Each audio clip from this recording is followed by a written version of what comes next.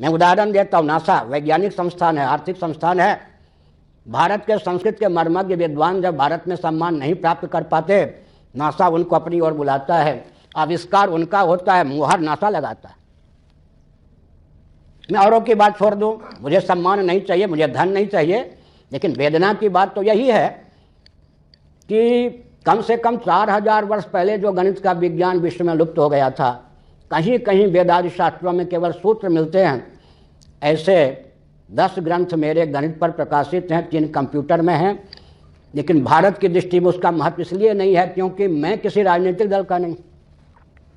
माने ज्ञान विज्ञान को कुचलने का कुचक्र जिस देश में चलता हो, अपनी मेधा शक्ति को भी रौंदने का कुचक्र जिस देश में चलता हो, उस देश का उत्कर्ष कैसे होगा?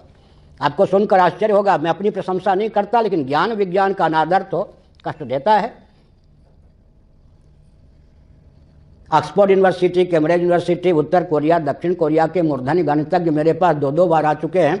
104 देश के गणितज्ञों ने गणित पर मेरा प्रवचन जयपुर में, रायपुर आदि में सुना है, लेकिन भारत सरकार की दृष्टि में, भारत के विद्वान मनीषी कहे जाने वाले राजनेताओं की दृष्टि में उसका कोई महत्व नहीं है। क्यों महत्व नहीं है? क्योंकि वैदिक विज्ञान है, क्योंकि मैं किसी राजनीतिक दल का नहीं हूँ। इसका अर्थ क्या है?